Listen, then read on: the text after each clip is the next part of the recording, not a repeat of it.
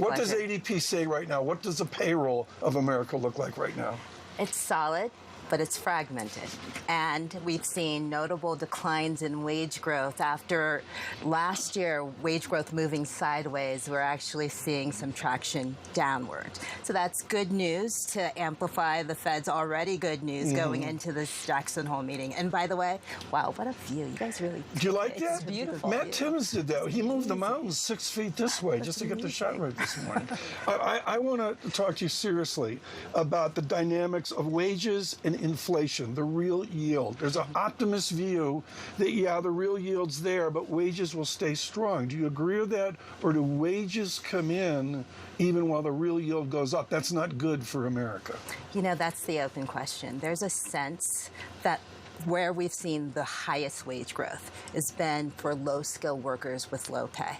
Now, let's be clear. Even though we've seen double-digit wage growth for almost an entire year, that translates to less than $5,000 in your average paycheck in low-skill industries. So it sounds like big double-digit numbers we should be concerned about when we look at pay growth. But for the person on Main Street, it doesn't really fill the gas tank and buy the eggs and pay for education and healthcare in the same way. Within the labor market, how much have rate hikes actually diminished some of the power that you've seen in hiring and the ability to get jobs? You know, it's been shifting. So we're still at record lows in unemployment. And what we've had is when one door closes, like large firms in tech hiring, another door opens, like small firms. In fact, over the summer, 60% of the new jobs added were from small firms with under 50 employees. These were the tigers of the labor market. Very different this year than last year. We also saw the hiring be very different in the motivation. So before, last year, it was a lot of replacement hiring.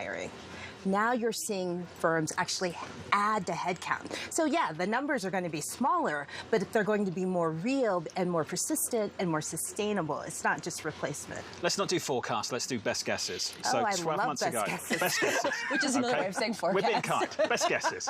12 months ago. It's forecasts you don't back test Exactly. later. So. Exactly. We're being kind about this. 12 months ago, unemployment around 3.5%. 12 months later, unemployment around 3.5%. Yeah. When we do this again together next year, where do you imagine, best guess, unemployment's going to be? I think it's going to be around 4%.